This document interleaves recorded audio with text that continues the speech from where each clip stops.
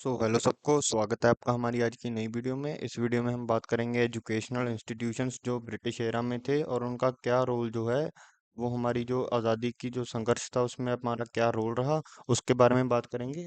उससे पहले आप जो है हमारे चैनल को सब्सक्राइब कर दें और वीडियो को लाइक कर दें। तो चलिए शुरू करता हूँ बिना आपका टाइम वेस्ट किए।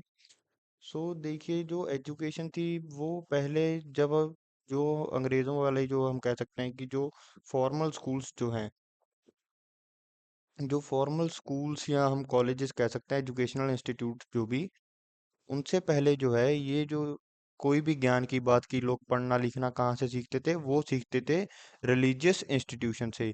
यानी कि अगर कोई हिंदू है तो वो कहीं पर मंदिर में जाएंगे, जो मुस्लिम भाई हैं वो मदरसे में जाएंगे, जो हमारे सिख भाई हैं वो गुरुद्वारों में जाएंगे। वहीं पर जो है वो अपना पढ़ना लिखना सीखेंगे और जो अपना ज्ञान है, अपनी जिंदगी कैसे जीनी है, वो उनको वहीं पर सिखाया जाएगा। सो पहले लोग वहां से सीखते थे, पर अंग्रेजों ने क्या किया, उन्होंने इस चीज की जो मानता है उसको कम कर दिया और अपने स्कूल्स जो है उनको बढ़ावा दे दिया। क्योंकि अंग्रेजों को चाहिए थी सस्ती लेबर, यानी कि क्लर्क और जो अपने लॉयल सब्जेक्ट्स। ब्रिटिश का जो हमारे यहाँ पर एजुकेशनल इंस्टीट्यूशंस बनाने का मेन कारण यही था कि उनको कामों के लिए क्लर्क चाहिए थे और लॉयल सब्जेक्ट जो उनकी जो है बातें मान सकें। पर ये चीज उनको जो है एक जगह पे आकर बैकफायर कर गई, यानी कि उनके ही विरुद्ध हो गई। यानी कि जो हमारी जो ब्रिटिशर्स की एजुकेशन थी उससे जो है हमारे लोगों को चीजों का पता चलने लगा, जैसे कि रैशनलिज्म, यानी कि तर्क से कैसे सोचना। हमारे लोग रैशनल होकर सोचने लगे। कुछ जो हमारे कल्चर में भी बुरी चीजें थी जैसे सती प्रथा, बाल विवाह, उन सब के खिलाफ लोगों ने रैशनली सोचा और पता चला उन्हें कि ये चीजें गलत हैं। हमारे लोगों ने खुद उन चीजों को थोड़ा हमारे लोगों की मदद से ही, फिलहाल उस समय तो शायद उनका विरोध भी हुआ होगा।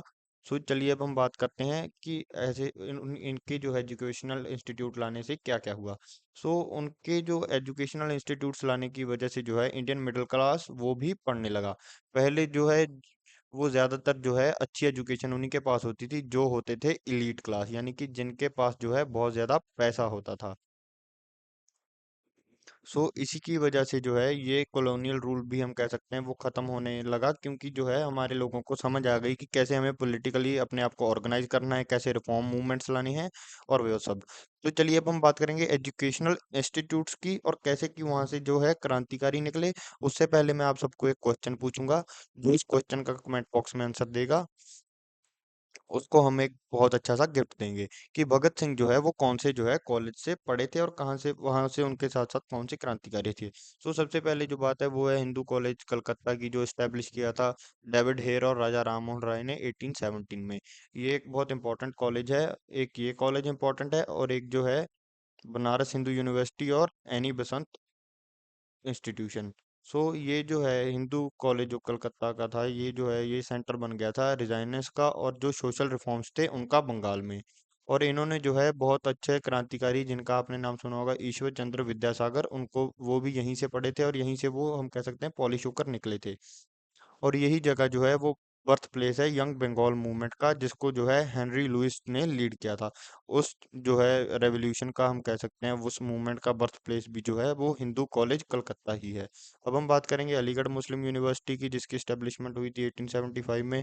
इसको जो है सर सईद अहमद खान ने जो है फाउंड किया था और इसका जो मेन मकसद था उस समय वो यही था कि ये जो है मुस्लिम्स की एजुकेशन पर फोकस करते थे। पर ये जो है साथ के साथ, जैसे कि मैंने मुस्लिम लीग की वीडियो में भी अच्छे से समझाया आपको कि उस समय मुस्लिम्स का क्या रोल था, और आप हमारी जो है इस्लाम लीग वाली जो है वीडियो, सॉरी मुस्लिम लीग वाली वीडियो जो है उसको भी जाकर देख सकते हैं। उसमें भी मैंने इस सिनेरियो को अच्छे से समझाया है।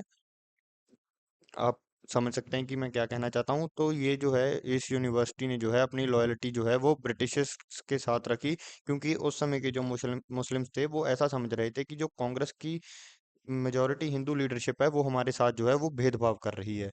और यही, और बाद में जो है यही यूनिवर्सिटी जो है ये सेंटर बनी मुस्लिम्स की पॉलिटिकल अवेकनिंग के लिए। यानी कि ये जिस चीज़ के बारे में मैं आपको बताना चाह रहा हूँ वो आप यही वीडियो देखकर समझेंगे। आप इस वीडियो को देख सकते हैं। इसके बाद अब हम बात करेंगे बनारस हिंदू यूनिवर्सिटी की, जिसके जो फाउंडर हैं वो है पंडित मदन मोहन मालवीय जी। और यहाँ पर जो है मॉडर्न एजुकेशन के साथ साथ जो है हमारी इंडियन वैल्यूज जो हैं उनको भी सिखाया जाता था। और यहाँ से जो है सोशल अपलिफ्टमेंट के आइडियाज आए, कल्चरल प्राइड भी बढ़ा। और कल्चरल प्राइड बढ़ाना उस समय इसलिए बहुत ज़्यादा ज़रूरी था क्योंकि हमारे लोग जो है वो ब्रिटिशर्स को जो है ज़्यादा अहमियत दे रहे थे और हमारा कल्चर जो है उसको छोड़ रहे थे। और अब हम बात करेंगे जामिया मिलिया इस्लामिया। और ये जो है हम कह सकते हैं 1920 के एरा में आ चुके हैं। अब ये यंग एरा है। इस समय जो है इसको इस्टेब्लिश किया था मौलाना महमूद हसन जी ने। और ये जो है यूनिवर्सिटी इसको सेटअप किया गया था कि जब खिलाफत मूवमेंट और नॉन कॉपरेशन मूवमेंट चल रही थी। अगर आपने ये वीडियोस देखनी है, इनको भी हमारी न्यू मॉडर्न हिस्ट्री में देख सकते हैं।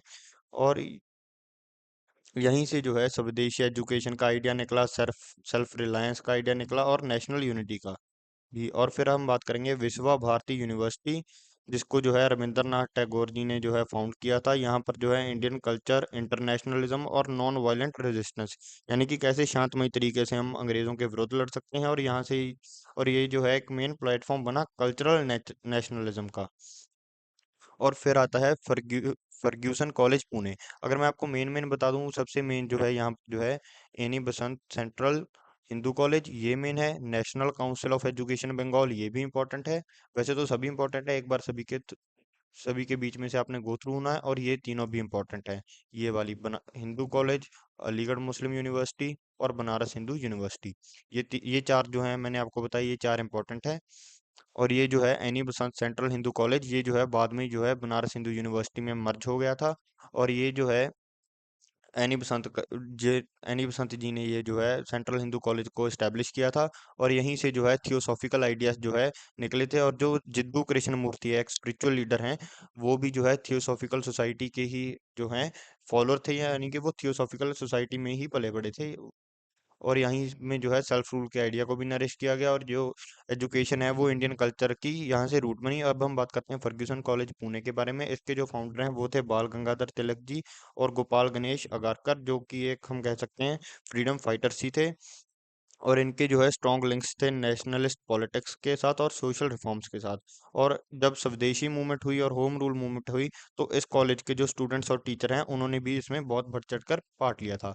अगर हम बात करें National Council of Education Bengal 1906 की, तो ये जो है इन्होंने जो अपना हम कह सकते हैं योगदान तब दिया जब बंगाल की पार्टीशन हुई। और इन्होंने जो है ब्रिटिश कंट्रोल एजुकेशन थी उसके खिलाफ भी प्रदर्शन किया और बंगाल की पार्टीशन के खिलाफ भी प्रदर्शन किया। और इन्होंने जो है नेशनलिस्ट रन इंस्टीट्यूशंस को भी सेटअप किया, जिसमें आती है जादवपुर यूनिवर्सिटी, यानी कि जिसको जो है हमारे इंडियंस जो है खुद रन करते थे। कोई नेशनलिस्ट हमारे नेशनलिस्ट सॉरी लोग ही रन करते थे, कोई इस पे ब्रिटिशर्स का हम कह सकते हैं रूल नहीं था। और इन्होंने जो है स्वदेशी करिकुलम को भी एनकरेज किया और टेक्निकल ट्रेनिंग को भी और फ्रीडम आइडल्स को भी। अगर हम बात करें अल्टरनेटिव नेशनलिस्ट स्कूल्स की, यानी कि जो कुछ नेशनलिस्ट स्कूल्स थे, अब हम बात कर रहे हैं साल 1920 की। 1920 में जो है महात्मा गांधी जी ने सबको नारा दिया कि जो आपने जो है ब्रिटिश गुड्स का जो है बाइकआउट कर दो और आप ब्रिटिश स्कूल्स का भी बाइकआउट कर दो। और जब ये बाइकआउट का इन्होंने नारा दिया, तब जो है हमारे देश में नेशनल स्कूल्स की जो है एक जो है लहर उठी। और इसके तहत जो है ये तीन मेजर हम कह सकते हैं फेमस स्कूल्स जो है वो स्टैब्लिश हुए, जिसमें आते हैं गुजरात विद्यापीठ, काशी विद्यापीठ और जामिया मिलिया इस्लाम।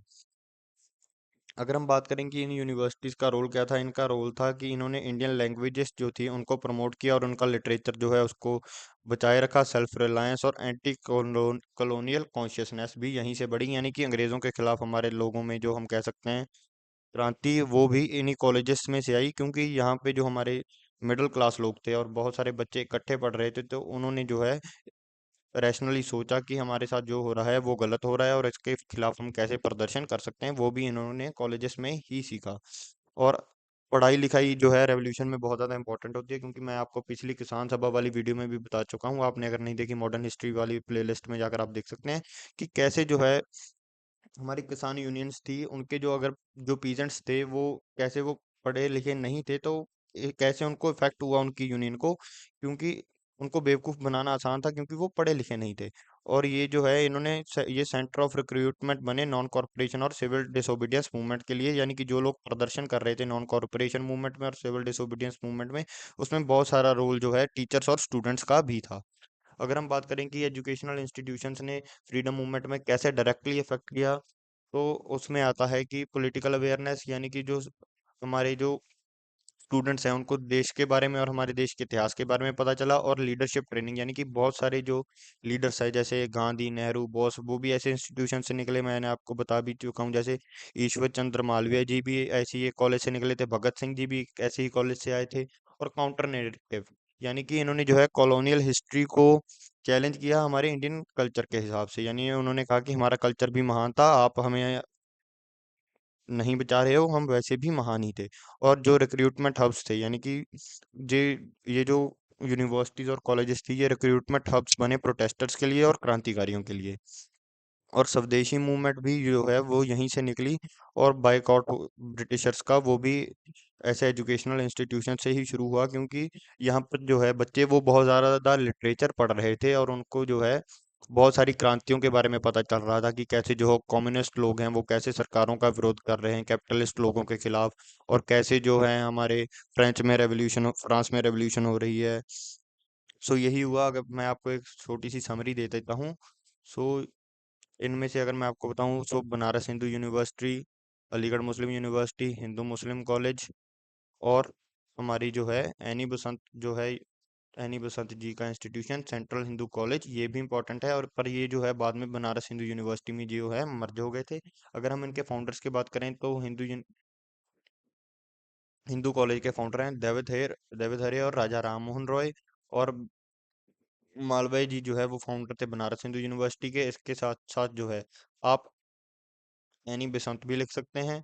और अलीगढ़ मुस्लिम यूनिवर्सिटी के जो फाउंडर हैं वो है सईद अहमद खान, और जमीयत मिलिया के जो है जाकिर हुसैन। और रविंद्रनाथ टैगोर जी ने जो है विश्व भारती इंस्टीट्यूशन को इस्टेब्लिश किया। और फर्ग्यूसन कॉलेज को जो है बाल गंगाधर तिलक जी ने इस्टेब्लिश किया। और जादवपुर यूनिवर्सिटी को नेशनल काउंसिल ऑफ एजुकेशन ने इस्टेब्लिश किया। और ये इनके जो कॉन्ट्रीब्यूशंस हैं उन चीज़ों के बारे में मैं आपको ब्रीफ में बता चुका हूँ। अगर आप वीडियो को यहाँ तक देख रहे हैं तो चैनल को सब्सक्राइब करें, वीडियो को लाइक करें। Thank you.